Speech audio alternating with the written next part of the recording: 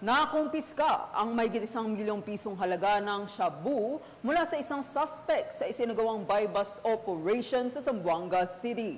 Ang kabuuan ng balita mula kay Patrolwoman Luis Marie Conde.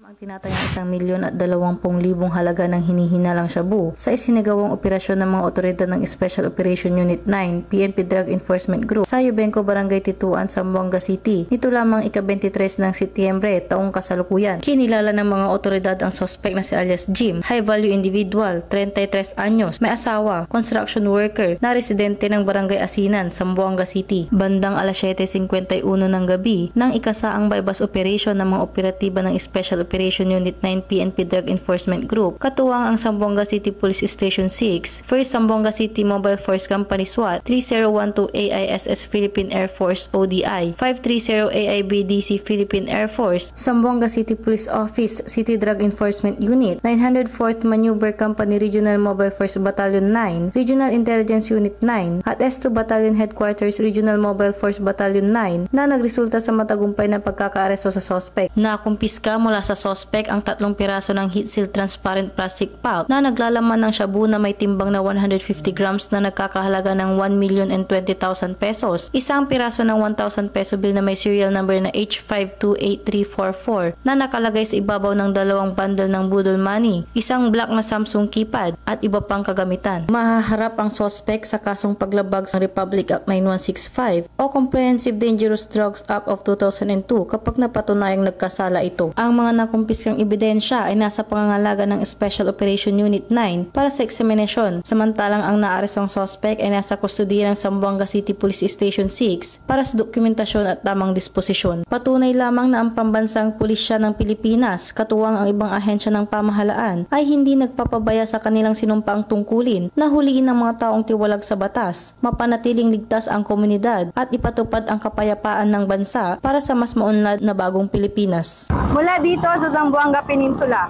ako ang inyong PNN correspondent, Patrolwoman Luis Marie Conde. Alagad ng batas, tagataguyod ng balitang pulis. Maraming salamat, Patrolwoman Conde.